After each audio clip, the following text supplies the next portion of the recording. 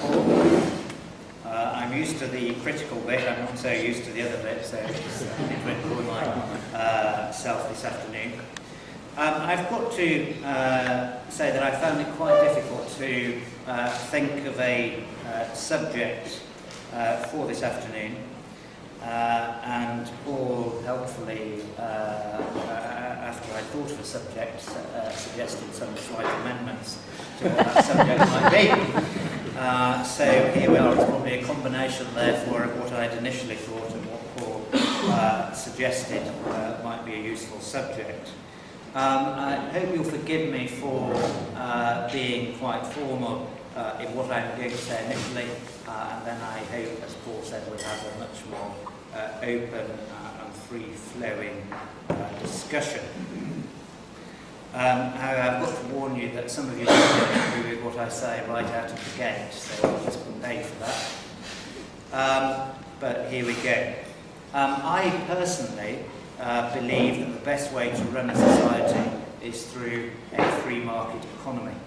Free enterprise, I believe, is the most efficient and productive way to provide for people's economic needs and desires.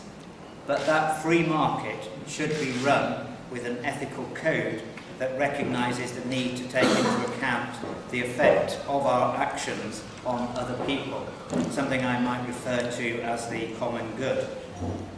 However, it's up to government to set the legal framework for that code, and we can do that by how we set taxes, by passing laws on things like the minimum wage, on employment and on discrimination, and by introducing regulation in areas like competition or health and safety. Ethical politics, is that an oxymoron? Well, it won't surprise you to know that I know lots of politicians, and I'm pleased to see one of my colleagues in the audience this afternoon. And in my experience, they have all entered politics to improve the lot of the people that they represent. We may all have different ideas about how we're going to achieve that.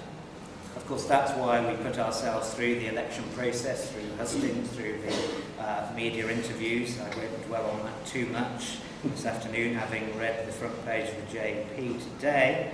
Has that happened, or when is it? I haven't even, to be honest, I haven't had a chance. A difference to our community, to decide what to do about unemployment, about healthcare, about social provision, about the recession, about Plemon. And let's just pause for one moment on Plemon. That was a debate of principle. Those of us who wanted to return the headland to its natural state saw ourselves keeping the land safe for future generations of islanders. But equally, those on the opposing side believed just as strongly that that money could be used elsewhere when there was particularly a need for new homes for families. But both sides took a position of principle, both arguing that their approach was the right one. Despite that, despite the idea of the common good and politicians coming into office to deliver that, opinion polls across the world show that people do not place much trust in politics or in their politicians. We are often seen as defending our own interests above the common good and not listening to the people who elected us. To some, the very idea of ethics in politics may seem a contradiction in terms, because they do not agree with the decisions made by politicians. We could ask ourselves, where is the common good in the proposals for development on the waterfront car park? But perhaps we'll pick that up later. Politics is complex and difficult. It requires responsibility and commitment from citizens, from political parties, from parliamentarians, from civil servants, from the judiciary, from the media, from business, from non-governmental organisations, and from religious and educational institutions. It involves compromise. It involves debates. It involves elections. It involves deals. In my experience, you cannot be a purist when you want to achieve goals in politics. Let's look at our external relations policy. We had a debate about that in the Assembly yesterday. It leads us to engage with countries whose human rights records do not meet the highest standards. And yet we follow a policy which is aligned with the UK, USA and other countries in believing that progress in such areas is best pursued through a process of constructive engagement, both at political and at business levels.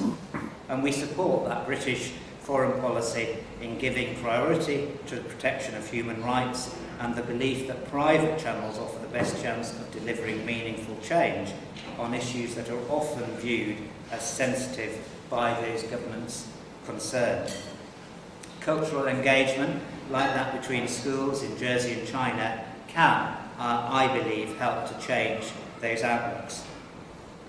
You have to take people with you, persuade, listen and be persuaded. But I believe that you can remain consistent and that you can hold on to your ethical standards.